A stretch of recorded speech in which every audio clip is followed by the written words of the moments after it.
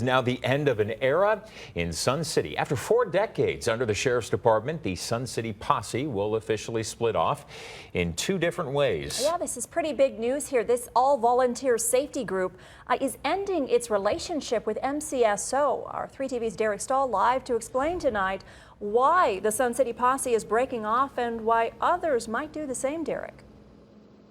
Hey, good evening. The Sun City Posse tells me this decision is something they've been considering since about 2014. But the move comes at a time when the future of the Posse program in the county is somewhat uncertain. These groups were big under Sheriff Joe Arpaio. Now Sheriff Paul Penzone is reviewing the program. But the folks here tell me this decision really came down to one thing: membership.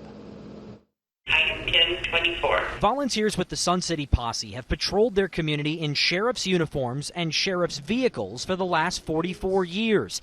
After tomorrow, the decals and insignias will be gone. In order to preserve our membership and to try to build it up, this was really something we had to do.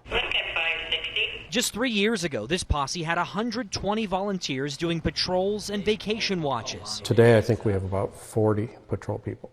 So that's a pretty dramatic drop. Tim Lambin chalks that up to some of the court-ordered changes after the racial profiling lawsuit against Sheriff Joe Arpaio, including hours of new training, which new members sometimes have to wait months to get. That's a little difficult when you're recruiting. Sheriff Paul Penzone is currently reviewing all 36 posses. The Sun City Posse thinks they might not be the only ones considering a split. Oh, I know they've talked to us about it, what prompted us to make the move. Most of the posses have seen their numbers go down. So I would think that for survival, they might have to do something.